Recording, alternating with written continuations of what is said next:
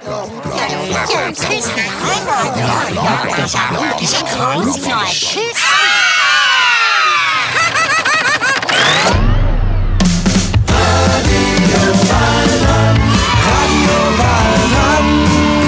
spielen miteinander. Radio Waldrand ist im ganzen Wald bekannt. Radio Waldrand. Weidmanns Ole und Weibfraus Juhe, ich bin's wieder, der Marius von der Jagdkapelle. Willkommen zum Podcast Nummer 15. Also das letzte Mal hatte ich ja so, wisst ihr noch, so ein Problem gehabt und darum ist es eine spezielle Folge geworden. Aber jetzt geht's mir wieder gut und ich freue mich, heute wieder mal eine richtige Kinderfrage zu beantworten. Ja, heute mit mir in der Jägerhütte ist das Eichhörnli und der Torfuchs. Ja, genau, Eichhörnli. Ja. Ich bin Eichhörnli und so dünn, wenn ich rede und zwei Haselnüsse Mann, Eichhörnli, hör auf, Seich machen und da normal. Ja, finde auch. Ja, normal. Wenn ich Seich mache, dann bin ich normal. Ist ja gleich. Hey Marius, wo sind die Jäger das mal eigentlich auf die Schulreise? Ja, ich sage das gerade, aber zuerst müssen wir den Kindern noch erklären, dass die Musikjäger von der Jagdkapelle immer am Donnerstag, also heute, auf Schulreise sind. Darum ist es da so ruhig und ich kann den Podcast mit euch aufnehmen. Ja, sonst wären die ja immer eine Musik machen und dann kann man keinen Podcast aufnehmen.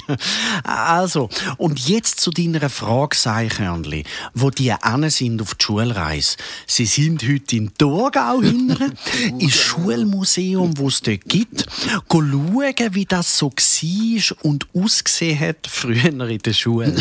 Ja, nice, Marius. Also zuerst mal hoi Kinder, ich bin's, der Torfuchs, mit einem selber gemachten Brennnesselsmusi. Go vegan. Was? Weg? Nur weil du ein Fuchs bist, der kein Fleisch isst, muss so grüssiges Zeug trinken und auch noch Werbung machen. Das ist nicht grusig, das ist nice von mir, dass ich kein Tier esse. Und gesund ist der Brennnesselsmusi auch. Aber grusig. Aber jetzt Marius, ich habe eine Frage. Warum gehen die Musikjäger von der Jagdkapelle eigentlich immer auf die Schulreise? Ich meine, die gehen ja gar nicht mehr in die Schule. Ja. Torfuchs, man merkt, dass du den Podcast nicht so viel hörst. Sonst würdest du wie Kinder, die jetzt zulassen, wissen, dass die das einfach les finden, eine Schulreise zu machen. Weil man süßes Zeug im Rucksack darf haben und Bombschips, weil man ein Sackmesser mitnimmt und weil man immer auch noch spielen kann, wenn man mit dem Zug fährt und weil dann die Lehrerin oder der Kindergärtner immer so lustige Witze macht und allgemein einfach gut aufgelegt ist und so. Ja, also die sind sicher gerne in die Schule, früher die Musikjäger. Also, was ist es so? Eichhörnli. Es ist so, zuerst gehen die Menschen, wenn sie Kind sind, in Kinski. Oh, ja, genau. Dort spielen Kinder auch viel und lernen dabei etwas. Ja, genau. Also dort, wo ich früher als Stadtfuchs mein Revier hatte, im Kreis 6 in Zürich, in der Städte, dort haben sie aber auch zusammen gesungen in dem Kinski und so Spiele gespielt. Ich habe es einmal aus dem Neophytengebüsch beobachtet. Also Neo was? Egal. Also, und nach dem Kinski, dann geht man in die Schule. Dort lernt man Sachen, die man brauchen fürs Leben und wo man einfach muss wissen, zum später arbeiten, also Geld verdienen, ja, und zum Leben einfach so lesen, schreiben, rechnen. Dann hat man Werken und Turnen und so. Und zwischendrin geht man eben auf eine Schulreise. Also, das habe ich alles nicht. So rechnen und schreiben und so Zeug. Ja, ihr Tiere müsst auch andere Sachen lernen fürs Leben. So sammeln, jagen, Nester bauen, kämpfen und so. Stimmt. Ja, stimmt so. Aber hast du gewusst, es gibt bei den Menschen Kinder, also Waldkindergärten und so Waldschulen. Ja, die lernen, wie wir mit Sachen aus der Natur Die lernen auch sammeln. Ich habe es gesehen. Ja. Die lernen auch kämpfen. Ja, und den ganzen Tag bauen so Zeug aus Ästen. Wollen die eigentlich Tier werden? Nein, die wollen kein Tier werden. Die lernen einfach im Waldkinski das Gleiche wie die Kinder drinnen. Also einfach mit Natursachen und nicht so mit Papier, der Briobahn und unbedingt Schere, dann so Sackmesser. Und sind auch keine Bauklötze, die haben halt einfach Äste und so. Und in der Waldschule lernen sie halt schreiben und lesen und rechnen mit so Naturzeug, mit Steckli, Steili und dem, was sie halt im Wald einfach erleben.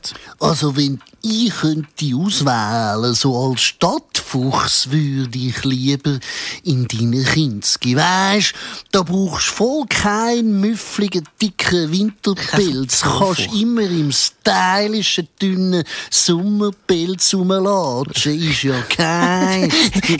Hey, und die Welki machen wahrscheinlich Schulreise und Kinski-Reise. Lieber in der Stadt und laufen ein bisschen durch die Straße dort mit diesen Dings Auto und gehen ein bisschen in die grossen Einkaufshäuser und so. Die Weltkinder, ja, die gehen wahrscheinlich nicht in den Wald Würstbrötchen und so Zeug.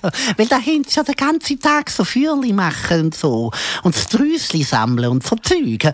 Die wollen an der Schulreise sicher etwas ganz Spezielles erleben und gehen dann gehen sie vielleicht in die Tiefgarage Rollfühlen oder Fangis machen oder verstecken sie in den Weissgaragen, wo die Autos drin sind. Also sicher nicht. Also jetzt haben wir aber schon wieder genug rumgeplempert. Jetzt ist Zeit für... Was?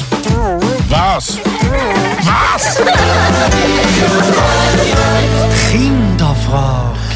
Die Leni aus Wolfhalden im Appenzellerland, also Ausserrhoden wohlgemerkt, hat mir auf info@jagdkapelle.ch ein Mail geschrieben. Sie will wissen, warum die Kinder eigentlich in die Schule und in Kinski müssen. Wahrscheinlich ist sie erst gerade in die erste Klasse gekommen oder neu in Kinski nach den Ferien. Sie hat nicht angeschrieben, wie alt sie ist, aber wenn man neu in die Schule geht, dann ist alles einmal vielleicht ein bisschen viel oder neu in Kinski. Und alles ist neu und manchmal gibt es den Kind, denen ist alles zu viel, dann wollen sie lieber daheim bleiben am Anfang. Wie ist da euch gegangen, Kinder? Ihr seid sicher auch das erste Mal in Kinski, das erste Mal in zweiten Kinski, in der ersten Klasse. Nach der Sommerferien ist ja immer das erste Mal. Aber gut. Eine gute Frage, warum ihr Kinder eigentlich in die Schule und in Kinski müssen. Sehr gut. Der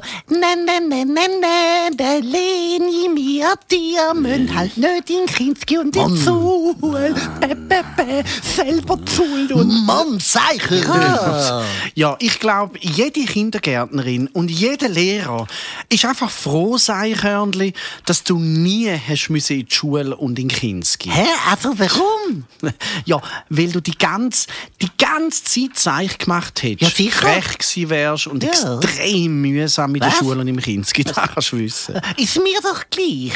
Die Kinder hätten Freude an mir. Mich als Schulgespöndli zu haben oder als Kinski-Freundin, gell, Kind? Hey, dann wär's aber abgegangen mit mir im Fall. Da kannst du wissen. Leck hätte mir Zeich gemacht. So schöne Streich hätte mir gemacht. Aber Marius, das stimmt natürlich schon nicht ganz. Nicht? Mit dir, wir gehen schon auch in eine Art Kinski und Schule. Also wenn du, Marius, sagst, dass man im Kinski und in der Schule Sachen lernt für später, ja, dann ist meine Mami meine Lehrerin gsi, glaube ich. Ja, wir haben alles von unserem Fuchsenmami gelernt. Sonst haben wir niemanden gehabt, der uns etwas beigebracht hat. Kein Fuchslehrer oder so. Ja, aber ist deine Fuchsenmami alleinerziehend gsi? Ich meine, hat sich dein Fuchs Fuchsenpapi und dein Fuchsenmami irgendwann mal trennt, da gibt es bei den Menschen noch etwas. Aber gut, dann leben die Kinder einfach mal bei Mami und mal beim Papi. Und ein paar haben sogar 2 Mamis und 2 Papis. Also das ist ganz verschieden bei uns. Ja, also bei uns Tieren ist es normal, dass bei den meisten der Papi nicht dabei ist, wenn wir Kinder auf die Welt kommen. Ja, der hilft auch dann nicht mit. Der ist irgendwo im Wald und ist für sich die ganze Erziehung, sagt man ja dem, liebe Kinder, die macht's Mami, also bei den meisten Tieren, so viel es mir ist. Ja, stimmt so. Bei mir war auch nur die Mami im Kobbel. Ich hatte 5 Geschwister und ich bin die Wildeste. Ja, das glaube ich. Und ich bin froh, dass bei uns Menschen die Papis auch helfen beim Kind aufziehen. Ja, auf alle Fälle hat mir meine Mami beigebracht, wie man jagt. Gut, als Fegifuchs brauche ich das heute nicht mehr. Aber wir sind immer mit ihr auf die Jagd, immer schön mit einem Abstand hinter ihr hertappen. Und dann haben wir genau geschaut, wohin sie geht und wie sie sich anschleicht und dann zack, auspackt. Ja. So haben wir gelernt, jagen von unserem Fuchsenmami. Und dann haben wir auf die Wiese Heugümper anschleichen und dann zack, packen zum Üben. Leck, sind die einmal knackig gewesen und drauf beißen. Also, Fuchs weg, Heugümper fressen. Echt jetzt, pfui Teufel. Aber stimmt. Meine Mami war auch meine Kindergartenlehrerin gewesen. Wir haben immer mit der Mami mit. Ja, wir sind über die Höhen gehuscht und haben genau geschaut, wie das Mami von Ast zu Ast springt. Und dann, wie sie sich hebt, haben wir auch geschaut, wie sie balanciert. Ja, und dann haben wir es gelernt und nachgemacht. Und wie wir bei einem Haselstrauch waren, dann hat sie uns gesagt, wir müssen alle so eine Haselnuss nehmen. Und dann hat sie uns gezeigt, wie man die knackt, mit den Zehen und so. Ja, sie hat uns auch beigebracht, dass wir immer auf den Bäumen bleiben. Weg dafür. Was? Damit die es nicht packen können. Sorry, ich bin Vegi. Ich verurteile das Jagen von Mäusen und Eichhörnchen total. Go vegan, sag ich. Danke, Tofuchs. Zum Glück bist du kein Fleischfresser, sondern ein Stadtfuchs und Veganer. Ja. Aber das Eichhörnchen stimmt schon. Wir sind halt einfach bei unseren Mamis in der Schule. Von denen haben wir alles gelernt, was wir später fürs Leben brauchen. Und gelernt kämpfen habe ich mit meinen Geschwistern. Jo, wir haben uns die ganze Zeit angeschlichen und dann haben wir so gerammelt, so zum Spass gekämpft. Und so weiss ich heute, wohin, dass ich einen Fuchs muss beißen, dass es ihm weh macht, wenn er in mein Revier kommt und mich zum Beispiel vertreiben will. So. Ja, also Leni, eigentlich haben dir der Tofuchs und das Eichhörnchen irgendwie schon die Antwort gegeben auf deine Frage. Also, man muss in die Schule und in Kinski, weil das schon noch gescheit ist. Weil man dort mit vielen Kindern zusammen Sachen lernt, die man später im Leben braucht. Man übt eigentlich das Erwachsensein. Und man übt Arbeiten und man übt ganz viele verschiedene Sachen. Wie der Tofuchs als Spiel geübt hat, Jagen als Kinderfuchs. Wir Menschen lernen auch viel genauso Wichtiges daheim von unseren Mamis und Papis. Aber heute müssen die Menschen so viel können und wissen später, wenn sie erwachsen sind. Also, um das euch ihm beibringen, braucht es viel Zeit. Und das sind Mamis und Papis nicht, weil die müssen ja eben arbeiten mit dem, was sie gelernt haben in der Schule und im Kinski. Und sowieso hätten sicher nicht alle Mamis und Papis Lust, eure Lehrerin zu sein. Und daheim hat es auch nicht so viele Kinder, wo man lernen kann, wie man in einer Gruppe mit vielen Menschen muss sein oder sich verhalten sollte. Und das ist ja noch wichtig zum Wissen. Also irgendwie habe ich dann einmal geschlafen, wenn wir von meinem Eichhörnchen Mami gelernt haben, wie man sich bedient. Ja, ich denke, das Eichhörnchen, ganz fest denke ich mir, dass das schon so ist. Also weisst du was? Leni, ich habe eine Idee. Weisst du, was mache ich jetzt? Ich rufe den Dagmar Rösler an. Dagmar Rösler ist wie die Hauptlehrerin von allen Lehrer und Lehrerinnen in der Schweiz. Also einfach die oberste Lehrerin, die kennt sich wahnsinnig gut aus mit Schule und Kinski und so. Und die ist zuständig für alle Lehrer und Lehrerinnen in der Schweiz. Also die kann uns sicher sagen, warum dass man in Kinski und in die Schule muss. Also, du bist krass. Also, der Leute jetzt voll an. Ja, aber zuerst mache ich noch ein bisschen Werbung. Radio Rheinland.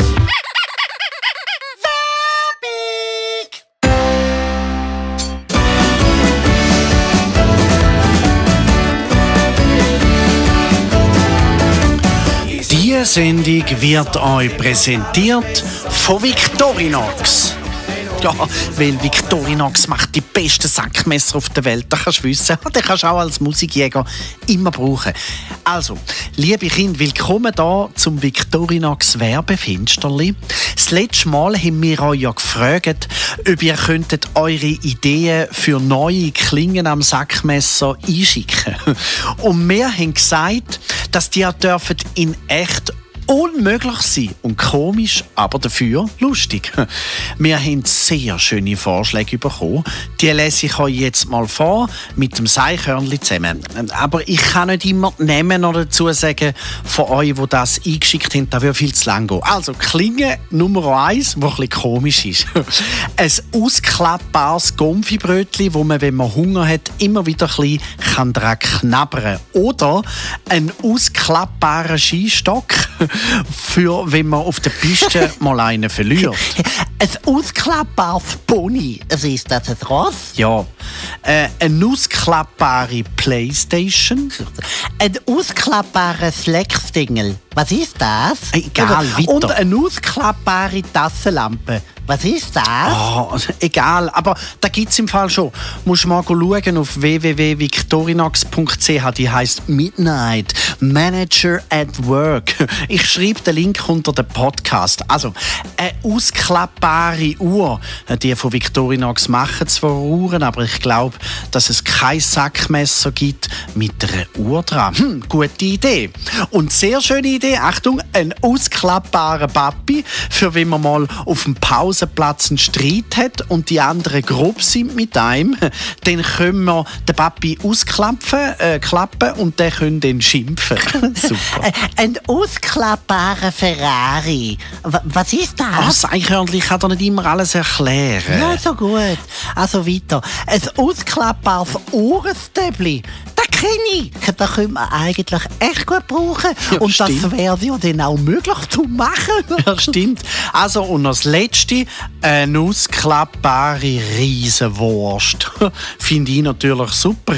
Also, wer weiß, wenn ihr jetzt dann ein Sackmesser seht mit etwas von dem dran, was ihr uns da eingeschickt habt, dann wisst ihr, dass Victorinox eure Idee umgesetzt hat. Also eure Spezialklingenidee als Sackmesser angebaut hat. Ratsch, zack, zack. Ich singe von meinem Messer, mit dem geht alles besser. Und wenn ich will's am Zack, dann hol ich's aus dem Hosensack.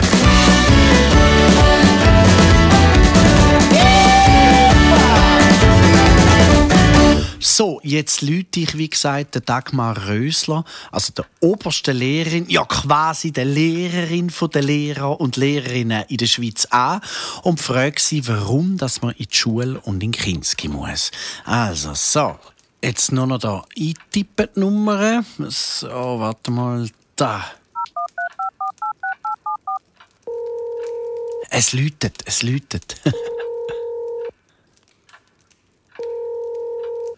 Hoi, Dagmar, hoi. Hi Marius. Ja, dass du mich auch kennst. Lass mal. Die Leni aus dem Appenzell Ausserrhodische hat gefragt, warum das Kind eigentlich in die Schule und in Kinski müssen. Und ich dachte, ich frage mal dich, könntest du nicht auf diese Frage eine Antwort geben? Kinder müssen in die Schule, weil sie nicht nur rechnen, lesen und schreiben lernen, sondern vieles mehr, wie zum Beispiel auch singen, werken, turnen. Ja. Sie lernen aber auch in einer Gruppe mit anderen Kindern zu arbeiten, einander zuzuhören, Verständnis haben für andere, gemeinsame Erfolge zu haben und zusammen lustig haben. Ich finde, Kinder in der Schule müssen nicht, sondern dürfen in die Schule gehen. Okay, danke Dagmar Rösler für deine Meinung und für dein Statement, wie man so sagt. Ich meine, als oberste Lehrerin hat man ja nicht viel Zeit. Und danke, dass du dir die Zeit genommen hast. Hast du gehört, Leni? Also, man muss nicht in die Schule, sondern man darf in die Schule. Liebe Leni und liebe Radio Waldrand-Kind, ich glaube, mit dem in Kinski und in die Schule müssen ist es wie mit dem Zähneputzen oder mit dem Isbeko. Man muss es einfach machen, weil es gescheiter ist. Weil, wenn man es nicht macht, dann könnte es blöd rauskommen. Das versteht man vielleicht erst später im Leben.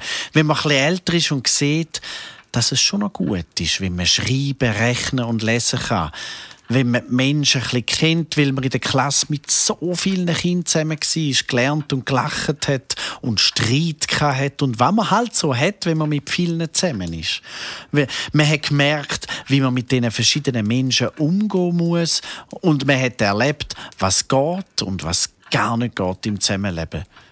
Man lernt sich in der Schule und im Kinski auch selber besser kennen. Und es gibt nichts Besseres, als wenn man sich selber genau kennt und weiss, wie man in den verschiedenen Situationen reagiert. Und vor was dass man Angst hat und vor was nicht, was man gut findet und was schlecht, mit wem man gern zusammen ist und mit wem lieber nicht. Ich meine, die meisten gehen ja gerne in die Schule und in den Kinski. Oder? Wichtig ist aber, dass man weiss, dass es neben der Schule noch viel andere wichtige Sachen zum Lernen gibt fürs Leben. Sachen, die man nicht im Kinski oder der Schule kann lernen. Ja, wie zum Beispiel Seich machen. Ich bin auch noch gut im Seich machen, dank täglichem Training. Ihr wisst, ja, man hört nie auf lernen Seich machen. Ich sag's euch. Das hast du jetzt wieder total schön gesagt, Seichhörnli. Stimmt. Einen schönen Abschluss. Ciao, Kinder. Bis zum nächsten Mal. Pfifferli Kind und immer schön Seichmachtraining machen neben der Schule und dem Kinski. Oh, Seichhörnli, echt. Also, Tschirilirio, Kinder, bis bald. Weg dem vertuschten Fell. Feldtauschknusch. Das Musiktheater von Marius und die Jagdkapelle kommt im Herbst in eure Nähe. Mit mir, Seichhörnli, Dachs Adalbert, Torfuchs und mit vielen mehr. Profitier jetzt vom Frühbucherrabatt bis Ende September und schnapp dir ein Ticket für eine Vorstellung unter www.feldtauschknusch.ch. Radio Waldrand, wir spielen miteinander. Radio Waldrand, ist Radio, wo entspannt, von A bis Z brillant. Radio Waldrand.